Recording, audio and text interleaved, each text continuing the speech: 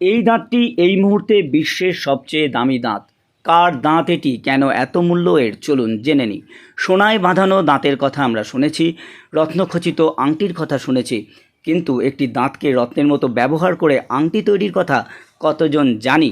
আসলে এই দাঁতটি হলো স্যার আইজ্যাক নিউটনের, সেই বিশ্ববিখ্যাত বিজ্ঞানী আইজ্যাক নিউটনের মৃত্যুর 90 বছর পরে এই দাঁতটি নিলামে ওঠে এবং 1816 সালে লন্ডনের সেই নিলাম থেকে $3,633 বিনিময়ে জনৈক এক ব্যক্তি এই দাঁতটি কিনে আংটি তৈরি করিয়ে নেন। এখনও পর্যন্ত এটি ব্যক্তিগত মালিকানায় আছে। 2025 সালে যার আনুমানিক মূল্য $35,700 বা ভারতীয় মুদ্রায় প্রায় 31 লক্ষ টাকা।